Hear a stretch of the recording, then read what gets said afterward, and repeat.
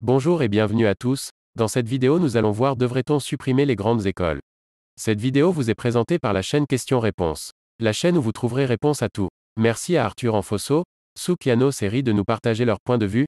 C'est parti pour la première réponse de Arthur Enfosso. Je suis actuellement en classe préparatoire HEC et je suis tout à fait contre la suppression des écoles que je tente d'atteindre en travaillant dur. Cette opinion vient de mon milieu, je suis boursier échelon 3, je viens d'une famille dont je suis le premier à obtenir le bac et de plus, mes parents m'ont toujours laissé libre de faire ce que je voulais comme études, du moment où j'étais heureux dans ce que je faisais. J'ai toujours été un excellent élève, pas parce que mes parents appartenaient à la classe supérieure, loin de là, mais parce que je m'intéresse aux choses, ce qui m'a valu d'exceller autant dans les matières scientifiques que littéraires. Je pense que le vrai problème avec les grandes écoles dans la société, ce n'est pas le fait qu'elles créent une élite, ni qu'elles la reproduisent, mais bien qu'elles ne soient pas accessibles à tout le monde. Le problème n'est pas les capacités intellectuelles, je ne m'estime pas plus intelligent que n'importe qui, juste plus intéressé, mature et ambitieux.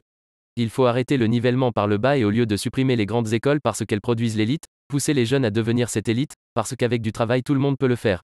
Quelques raisons à cette haine, envers les grandes écoles. Un parcours d'excellence auquel pas tout le monde n'a accès. Une situation de jalousie, 5 kg euros, moi à 23 ans, ça donne envie à tout le monde. La question de la sélection. Comme je l'ai dit précédemment, tout le monde est capable de faire prépa, de travailler dur pendant 2 ans de sa vie pour atteindre une institution prestigieuse, il ne manque plus que l'envie. La sélection, finalement, ne se fait que pour ceux qui ont réellement montré, académiquement parlant, qu'ils en avaient l'envie. Quand je vois mes amis à la faculté faire des soirées plusieurs fois par semaine, j'estime normal qu'en travaillant 28 heures par semaine les cours que j'ai eus, je sois au final mieux récompensé dans mon parcours, par le mérite. Pas parce que je suis meilleur. Dans la vie, si on veut quelque chose, on l'a seulement si on se donne les moyens. Les études de médecine c'est dur, la prépa c'est dur, l'examen du barreau c'est dur, l'agrégation c'est dur, et seuls les plus motivés finiront par y arriver. La sélection est juste, pourquoi former des personnes qui n'ont pas envie d'être formées? Inversement, pourquoi empêcher ceux qui ont de l'ambition de la réaliser?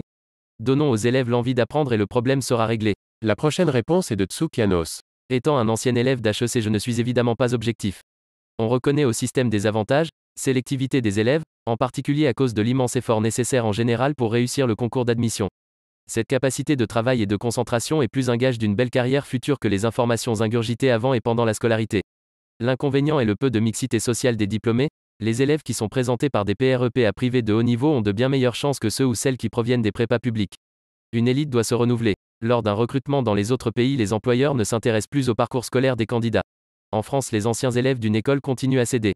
Supprimer les grandes écoles, ce serait un gâchis, car les systèmes des universités ne constitueraient pas une alternative à cause de leur manque de sélectivité. Nous continuons avec la réponse de Ri. Je pense qu'au contraire le problème en France, c'est les facs. Pas sélectives, trop théoriques, pas assez professionnalisantes. Trop politisées, trop de filières sans déboucher dans le monde du travail. C'est la fin de la vidéo, on a fait le tour de toutes les réponses. J'espère que la vidéo vous a plu. Si c'est le cas, vous pouvez vous abonner et activer la cloche pour rater aucune vidéo. Pensez aussi à laisser un like. On arrive à la fin de cette vidéo, partagez-nous votre point de vue sur cette question en commentaire. Et à la prochaine.